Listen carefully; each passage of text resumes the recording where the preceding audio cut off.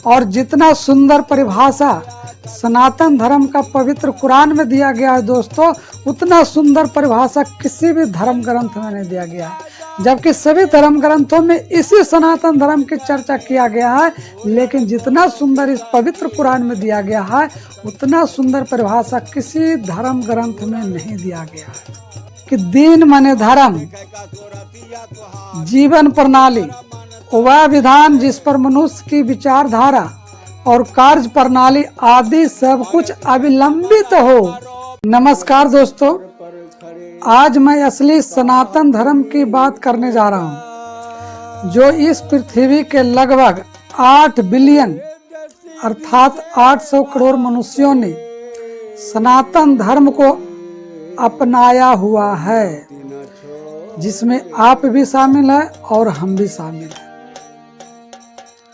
ईश्वर का असली सनातन धर्म की पूरी जानकारी प्राप्त करना चाहते हैं तो आप इस वीडियो को बिना स्किप किए हुए शुरू से अंत तक देखिएगा। इस पृथ्वी पर ऐसा कोई भी मनुष्य नहीं है जो ईश्वर के असली सनातन धर्म को ना अपनाए और इस पृथ्वी पर जीवित रहे, ऐसा बिल्कुल संभव नहीं है। लेकिन आजकल पाखंडी धर्म गुरुओं ने असली सनातन धर्म को भूलकर कोई हिंदू धर्म की चर्चा करता है, कोई मुस्लिम धर्म की चर्चा करता है, कोई ईसाई धर्म की चर्चा करता है, कोई सिख धर्म की चर्चा करता है। यानी सभी धर्मों के ठेकेदारों ने अपने अपने धर्म को बढ़ावा देने का कोशिश कर रहा है, लेकिन जो असली सनातन धर्म को नहीं जानता है दोस्तों, वही लोग इस पृथ्वी पर विभिन्न प्रकार के पंथ का निर्माण करते हैं। इसके लिए भगवान राम ने लक्ष्मण को समझाते हुए कहते हैं कि हे लक्ष्मण, पृथ्वी घास से परिपूर्ण होकर हरी भरी हो गई है, जिससे रास्ते समझ में नहीं आते हैं। यानी रास्ते समझ नहीं पड़ते, दिखाई नहीं पड़ते हैं। जैसे पाखंड मत के प्रचार से सदग्रंथ लुप्त हो जाते हैं, ठीक उसी प्रकार से हरी भरी घास हो जाने से रास्ते लुप्त हो जाते हैं। ये भगवान राम ने लक्ष्मण जी को समझाया। यह रामचरितमानस के किष्किंधा कांड दोहा 14 में आप देख सकते हैं। दोस्तों, हम लोग असली सनातन धर्म के बारे में 2 पवित्र धर्म ग्रंथ को समझते हैं, और दोनों पवित्र धर्म ग्रंथ असली सनातन धर्म के बारे में क्या गुणगान करता है। पहला धर्म ग्रंथ है भागवत गीता और दूसरा धर्म ग्रंथ है पवित्र कुरान। इन दोनों धर्म ग्रंथों में असली ईश्वर के असली सनातन धर्म का गुणगान गाया गया है। पहले हम सब गीता को देखते हैं कि गीता में भगवान श्री कृष्ण ने किस सनातन धर्म की बात कहा है। भगवान कृष्ण गीता अध्याय 2 के 20वें श्लोक में कहते हैं कि ईश्वर के असली सनातन धर्म को सनातन और पुरातन कहा है, और भगवान कहते हैं कि हे अर्जुन, यह आत्मा इस शरीर के अंदर जो रहते हैं, यह आत्मा किसी काल में न तो मरता है और न ही जन्मता है, तथा यह उत्पन्न होकर फिर से होने वाला नहीं है। यानी न तो ये मरता है, न जन्मता है, और न ही उत्पन्न होकर फिर से उत्पन्न होगा, ऐसा भी कुछ नहीं है। क्योंकि यह अजन्मा है, नित्य है और सनातन और पुरातन है। शरीर के मारे जाने के बाद भी यह नहीं मारा जाता है। यानी शरीर के मर जाने के बाद भी इसके अंदर जो रहता है वो नहीं मरता है। ये भगवान श्री कृष्ण गीता के 2 अध्याय के 20वें श्लोक में कहते हैं। भगवान कृष्ण ने इसी सनातन धर्म को अव्यक्त परम पुरुष कहा है, सनातन पर ब्रह्मा कहा है, सनातन परम पद कहा है, अविनाशी सनातन पुरुष कहा है। इस प्रकार से अर्जुन को समझाते हुए उस सनातन पुरुष का साक्षात अनुभव कराए, यानी उनका प्रत्यक्ष दर्शन करवाए, क्योंकि यह मनुष्यों का अपना सनातन धर्म है। ये भगवान कृष्ण कहते हैं गीता में। अब हम सब लोग देखते हैं मुस्लिम धर्म ग्रंथ के पवित्र कुरान में कि ईश्वर के असली सनातन धर्म के बारे में क्या कहा गया है।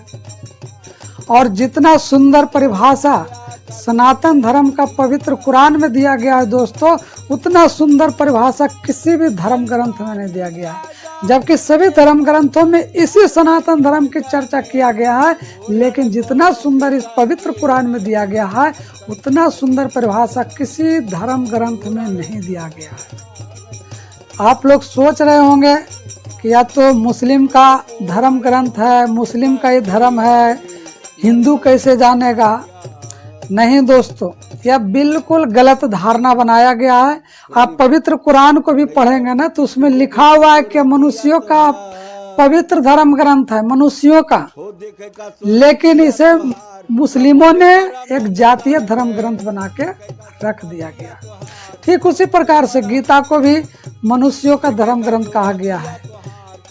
रामचरितमानस को भी, वेद को भी, किसी भी धर्म ग्रंथ को देखेंगे तो वो मनुष्यों का धर्म ग्रंथ है, लेकिन पाखंडी धर्म गुरुओं ने, पाखंडी पैगंबरों ने इसे एक जातीय धर्म ग्रंथ बना करके रख दिया गया है, जो मानव में मतभेद करने का और मानव में लड़ाई करने का एक नियम बनाया गया है।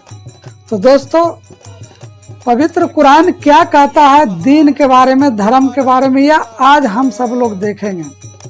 हम लोग जिसे धर्म कहते हैं, मुस्लिम लोग उसे दीन कहते हैं।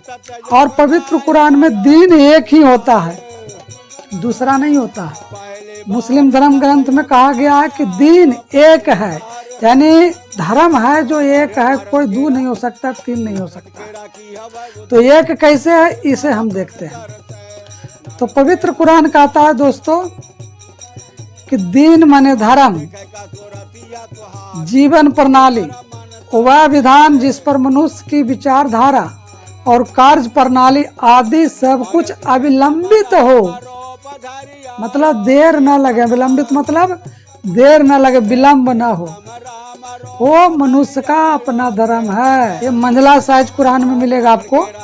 और बड़ा वाला कुरान में देखेंगे तो उसमें वो कहता है दीन माने धर्म, जीवन प्रणाली, जीवन व्यवस्था, वह विधान जिस पर मनुष्य की विचार पद्धति और कार्य प्रणाली आदि सब कुछ आधारित हो, मतलब उसका आधार पर हो। मंझला साइज में अविलंबित कहा गया कि देर न लगे, विलंब न हो, वही असली धर्म है। और इसमें बड़ा साइज कुरान में बढ़िया से कहा गया है, दोनों चीज एक ही है। इसमें बढ़िया से कहा गया सब कुछ उस पर आधारित हो, चीज एक ही है दोस्तों। दीन माने धर्म तो आप जान ही रहे हैं। जीवन प्रणाली, जीवन प्रणाली का मतलब होता है जीवन का सिस्टम। जीवन व्यवस्था यानी जीवन जीने की जो व्यवस्था बनाई गई है, उस व्यवस्था को धर्म कहा गया है। वह विधान यानी वह कानून, विधान माने कानून, जिस पर मनुष्य की विचारधारा और कार्य प्रणाली, मतलब जो भी कुछ करते हैं सब कुछ अविलंबित हो या सब कुछ आधारित हो। समझ रहे हैं? यानी जिसके आधार पर मनुष्य सोच सकता है, विचार कर सकता है, सारा कार्य कर सकता है, वही मनुष्य का धर्म है। जिसके आधार पर मनुष्य सोचना, विचारना, इच्छा करना, द्वेष करना, घृणा करना, किसी भी चीज को अपनाता है यानी कार्य करता है, उसे धर्म कहा गया है। वही मनुष्य का असली धर्म है। तो आप सोचिए कि सारा कार्य प्रणाली किस पर आधारित है? मनुष्य किस पर सोच सकता है, किस पर विचार कर सकता है ना, कौन सा कार्य कर सकता है, किसके बदौलत, ये सोचना और समझना जरूरी है। कौन सा ऐसा चीज है जिसके बदौलत मनुष्य हर एक कार्य को कर सकता है? अगर वो ना हो तो दुनिया का कोई भी काम नहीं कर सकता। आपको मालूम होना चाहिए, एक श्वास जो हमारे अंदर आता है जाता है, इसे जीवन कहा गया है। लाइफ, अंग्रेजी में लाइफ कहते हैं, हिंदी में जीवन कहते हैं। एक श्वास का आना और एक श्वास का जाना ही जीवन है, और आने जाने की क्रिया को हम लोग जीवन प्रणाली कहते हैं, जीवन सिस्टम कहते हैं। और इसके आने जाने से मनुष्य जीवित है, इसके आने जाने से मनुष्य सोच सकता है, इसके आने जाने से मनुष्य विचार सकता है, इसके आने जाने से मनुष्य सारा काम कर सकता है। कोई भी ऐसा काम नहीं है जो इसके आने जाने से नहीं किया जा सकता है। लेकिन जिस दिन श्वास का आना जाना बंद हो जाता है उस दिन सब कुछ खत्म हो जाता है। या मुस्लिम के धर्म के ठेकेदारों को भी नहीं पता है कि इसका अर्थ क्या होता है। और मैंने इसे जानना चाहा एक बार। मैं 2014 में मैं पटना में पुस्तक मेला में पुस्तक खरीदने के लिए आया था, और उस पुस्तक मेला में सभी का पुस्तक मेला लगा हुआ था, और मैं होम्योपैथी की किताबें खरीदने के लिए आया था।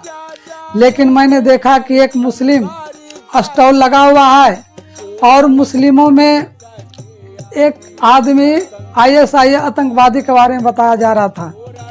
तो मैंने भी सुनने के लिए चला गया, और मैं सुनने लगा तो मुझे हंसी आने लगा, और वो आदमी, वो सज्जन हमको देख कर अंदर ही अंदर मुस्कुरा रहा था।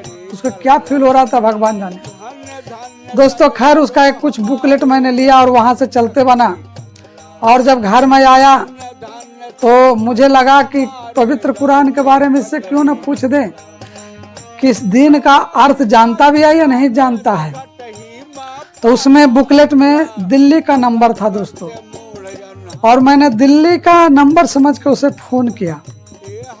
लेकिन वो फ़ोन नंबर पर वो इंसान निकला जो आदमी वहाँ ISI आतंकवादी के नाम से वहाँ बता रहा था। और सभी वहाँ मास्टर लोग खुश होकर के कह रहा था कि सर हमारे स्कूल में आइए, हमारे स्कूल में आइए, क्योंकि वो शांति का संदेश फैलाता था। अब कैसा शांति का संदेश फैलाता था भगवान जाने, हमें नहीं पता है। जिसको धर्म का ज्ञान ही नहीं है वो शांति का संदेश फैला रहा है। खैर मैंने उस नंबर पर जब बात किया दोस्तों, तो वही सज्जन निकला जो वहाँ छड़ी से बता रहा था।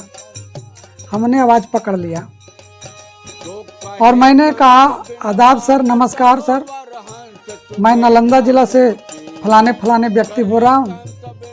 मैंने आपका पवित्र कुरान पढ़ा, बहुत अच्छा लगा, लेकिन एक चीज़ समझ में हमें नहीं आया सर। तो वो झट से इंसान कहता है कि क्या सर, क्या सर, क्या समझ में नहीं आया, बताइए सर। वो इतना भावुक हो गया कि उसको लगा कि मैं हिंदू से मुसलमान बनने वाला। तो वो पूछने लगा सर कहाँ है सर, क्या है सर, बताइए। मैंने कहा सर एक चैप्टर है दीन का, दीन माने धर्म, जीवन प्रणाली, वह विधान जिस पर मनुष्य की विचार पद्धति एवं सारा कार्य प्रणाली अविलंबित हो। कहा कि कहाँ लिखा हुआ है सर, सोचने लगा, कहा कहाँ पढ़ी है सर लिखा हुआ। हमको इतना हंसी आया, इतना हंसी आया दोस्तों कि जो धर्म के ठेकेदार बन के, शांति के दूत बन के सारी जगह जा रहा है, कभी बेतिया जाता है, कभी कहूँ जाता है, कभी कहीं जाता है, कभी दिल्ली जाता है, और वो आदमी कह रहा है दीन का अर्थ कहाँ लिखा हुआ है सर, जिसको धर्म का ही पता नहीं है। तो हमने उन्हें बताया कि सर मंझला साइज में 1100 कुछ पेज में है, और बड़का कुरान में 1200 कुछ पेज में है। इस प्रकार से हमने उन्हें बताया। तो कहा ठीक है सर, ये तो बहुत बड़ा विषय है, थोड़ा सा हमें समय दीजिएगा। हमने कहा कि एकदम देंगे। तो ठीक है सर, 5 मिनट में। तो वो सज्जन जानते हैं क्या किया, उन्होंने 1 घंटा कुछ मिनट के बाद हमें कॉल बैक किया, और कॉल बैक करके कहता है कि सर आप ही वो आदमी है ना जो हमसे पूछे थे कि दीन माने धर्म, धर्म माने जीवन प्रणाली, सब पूछ रहे थे। क्योंकि जी सर, जी सर। तो सज्जन जानते हैं क्या कहता है, कहता है सर कि धर्म का मतलब होता है धारण करना।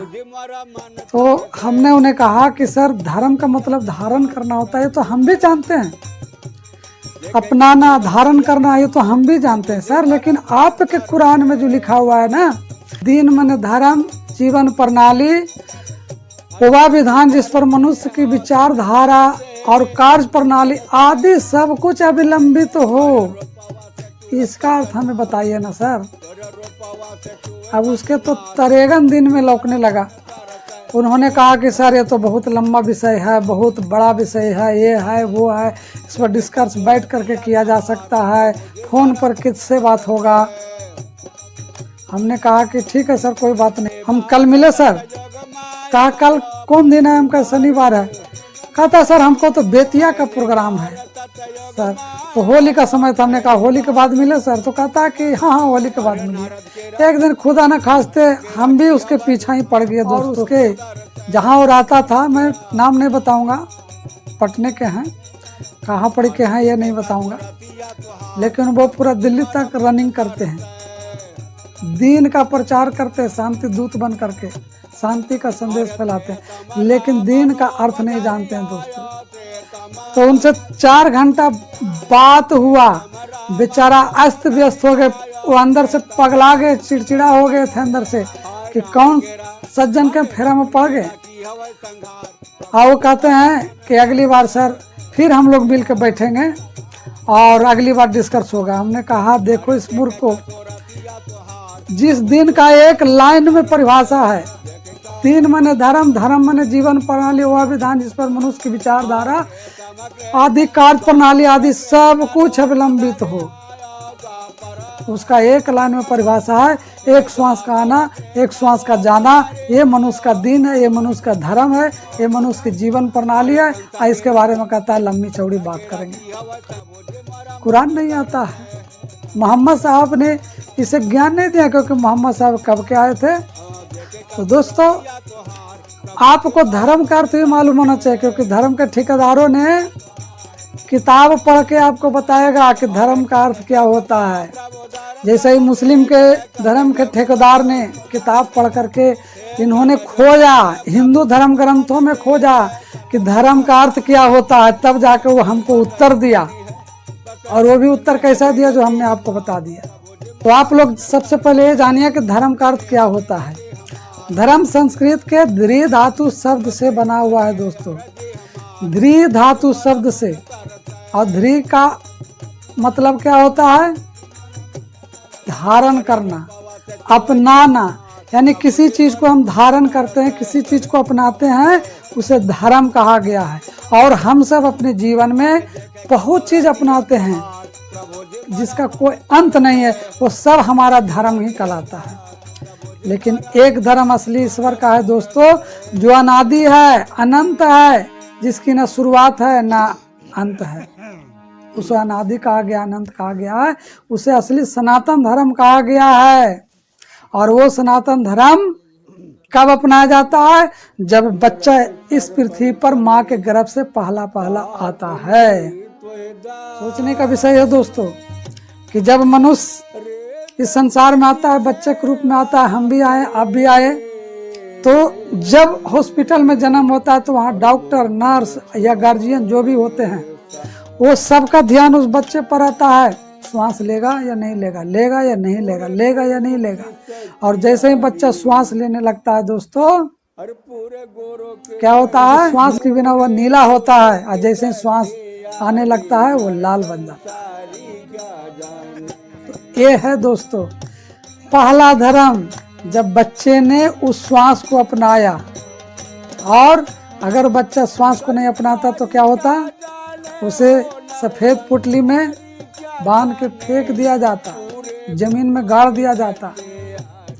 और डॉक्टर क्या करता? जब बच्चा श्वास नहीं लेता तो उसे उल्टा पकड़ करके थपा थप तब तक देता जब तक श्वास लेना नहीं शुरू कर दे। और नहीं लेता तो क्या कहता? मर गया, मरा हुआ है। ये है भगवान की कृपा, ये है असली सनातन धर्म दोस्तों, जिसका कोई न आदि है न अंत है। इस श्वास के कारण ही सारा मनुष्य इस संसार में कार्य कर सकता है, विचार कर सकता है, और विचार करने में कोई देरी नहीं लगता, फट से हम सोच सकते हैं इस श्वास के बदौलत। एक श्वास का आता है, एक श्वास का जाता है, हम सोच सकते हैं, विचार सकते हैं, कोई भी कार्य कर सकते हैं। तो ये सुंदर धर्म का असलियत पवित्र कुरान में दिया गया, जो पूरा संसार का मानव यानी इस पृथ्वी का 8 बिलियन मनुष्य इस धर्म को अपना रहा है। और उस असली सनातन धर्म की चर्चा पवित्र कुरान में किया गया है, पवित्र भागवत गीता में कहा गया, पवित्र रामचरितमानस में किया गया है, पवित्र वेद में किया गया है। लेकिन इस धर्म के ठेकेदारों ने क्या किया, मनुष्यों को ढोंग फैला करके असली धर्म से दूर कर दिया। दोस्तों, श्वास कहाँ से आता है और कहाँ जाता है किसी को मालूम नहीं। न इसकी कोई दुकान है और न इस श्वास को कोई बेचने वाला है और न इस श्वास को कोई खरीदने वाला है। अगर कोई बेचता तो अमीर लोग और जीवित रहता और गरीब लोग अमीर हो जाता। लेकिन ऐसा नहीं है, न कोई बेचने वाला है न इसे कोई खरीदने वाला है, न इसका आदि है न इसका अंत है। कहाँ से आता है कहाँ जाता है कोई पता नहीं है। और इस श्वास के अंदर कौन रहता है, अविनाशी रहता है, अविनाशी परम पुरुष परम ब्रह्मा रहता है ना, परमानंद रहता है, सच्चिदानंद रहता है। और इस श्वास के जरिए एक एक सेल में समाया हुआ है, मिला हुआ है, सना हुआ है, गूंदा हुआ है, रूंधा हुआ है, क्योंकि शरीर में अविनाशी का वास है। आपको मालूम होना चाहिए दोस्तों कि अविनाशी और नाशवान जब दोनों मिलता है तो मनुष्य का निर्माण होता है, जीव का निर्माण होता है। एक तरफ नाशवान होता है जिसका नाश होना निश्चित है, जो भौतिक शरीर है उसका नाश हो जाता है, और जो अभौतिक शरीर है उसका नाश नहीं होता है, उसे विनाशी कहा गया। ये दोनों का मिलन से मनुष्य विचार कर सकता है, सोच सकता है, समझ सकता है और दुनिया के सारा कार्य कर सकता है। ये है असली सनातन धर्म, जो आपको धर्म के ठेकेदार इसके बारे में कभी नहीं समझा सकता है। सनातन धर्म का शाब्दिक अर्थ ही होता है दोस्तों शाश्वत। शाश्वत का मतलब जिंदा, जीवित रहने वाला, जिंदा होता है, जीवित रहता है, शाश्वत, सदा बना रहने वाला, विराजमान, जिसका न आदि है और न अंत है। इसी को सनातन कहा गया है, अनंत कहा गया, सनातन अनंत कहा गया। न अंत है न शुरुआत है इसका। यह है श्वास, वो है अविनाशी, वो है आत्मा, वो है परमात्मा जिसका न आदि है न अंत है। और वो एक एक श्वास के जरिए पूरे संसार को जीवित रखता है। 8 बिलियन लोग इस पृथ्वी पर मनुष्य है जो इस श्वास को अपना रहा है। लेकिन दोस्तों, आजकल के धर्म के ठेकेदार ईश्वर के असली सनातन धर्म को भूल करके मनुष्यों द्वारा बनाया गया नकली धर्म को अपना करके धर्मांतरण करने में लगा हुआ है। कोई हिंदू बनाने में लगा हुआ है, कोई मुसलमान बनाने में लगा हुआ है, कोई ईसाई बनाने में लगा हुआ, कोई सिख बनाने में लगा हुआ है। और आप दुनिया में देखिएगा तो यही सब को लोग कर रहे हैं। ईसाई धर्म वाले सभी को ईसाई बनाने में लगे हुए हैं, मुस्लिम धर्म वाले भी मुस्लिम बनाने में सभी को लगे हुए हैं, हिंदू धर्म वाले भी चाहते हैं कि सभी लोग हिंदू बन जाए, सिख धर्म वाले भी चाहते हैं कि सभी लोग सिख बन जाएं। सभी लोग धर्मांतरण करने में लगे हुए हैं। धर्मांतरण का सरल अर्थ होता है दोस्तों कि आप एक धर्म को छोड़ करके दूसरे धर्म में आसानी से जा सकते हैं। अर्थात आप हिंदू से मुसलमान बन सकते हैं और मुसलमान से हिंदू बन सकते हैं, कोई रोक ठोक नहीं है। लेकिन जिस दिन ईश्वर का असली सनातन धर्म को छोड़ देंगे, ईश्वर का असली धर्म को भूल जाएंगे, तो क्या होगा, आपको सीधा पलंग से उठा करके शमशान में पहुंचा देगा, सीधा, कोई देरी नहीं लगेगा। मतलब ईश्वर का असली धर्म को अगर आप बदलना भी चाहें तो आप बदल नहीं सकते हैं। और जिस दिन असली धर्म ईश्वर का बदल जाएगा ना, आप दुनिया से बदल जाएंगे, इस शरीर में नहीं रहेंगे, कोई और शरीर में चले जाएंगे। ये है ईश्वर का असली धर्म। लेकिन दुनिया का जो नकली धर्म है, हिंदू से मुसलमान बन जाइए, मुसलमान से हिंदू बन जाइए, ईसाई से सिख बन जाइए, सिख से ईसाई बन जाइए, यानी आप जो मर्जी उस धर्म को पालन कर लीजिए, कोई रोकने वाला नहीं, कोई टोकने वाला नहीं। लेकिन ईश्वर का असली धर्म को जिस दिन आप भूल जाएंगे, उस दिन आपको कोई पूछने वाला नहीं होगा। और एक दिन ऐसा सबके साथ आता है कि ईश्वर का असली धर्म आपको छोड़ देता है, क्योंकि दुनिया को मालूम नहीं है कि हम ईश्वर के धर्म को नहीं अपनाए हैं, बल्कि ईश्वर ने हमें अपनाया है। ईश्वर का जो असली धर्म है वो हमें अपनाया हुआ है और हम जीवित हैं, ये है। लेकिन हम लोग बोल चाल की भाषा में कहते हैं कि ईश्वर का धर्म को हम लोग अपनाए हुए हैं, लेकिन सच तो ये है कि ईश्वर का धर्म ही हम सभी को अपनाए हुए है। जिस दिन अपनाना छोड़ देगा उस दिन हम सीधा शमशान।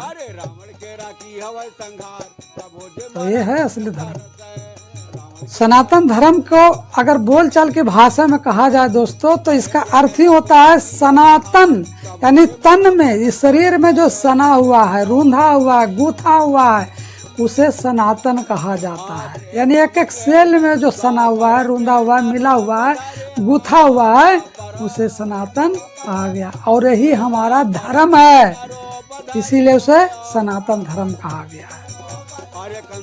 लेकिन दुनिया को पता नहीं है, असली धर्म को छोड़ करके नकली धर्मों के पीछे पड़े हुए हैं। और नकली धर्म क्या करेगा? लड़ाई फैलाएगा, फसाद फैलाएगा, दंगा फैलाएगा और तो और आपको बीमार करेगा।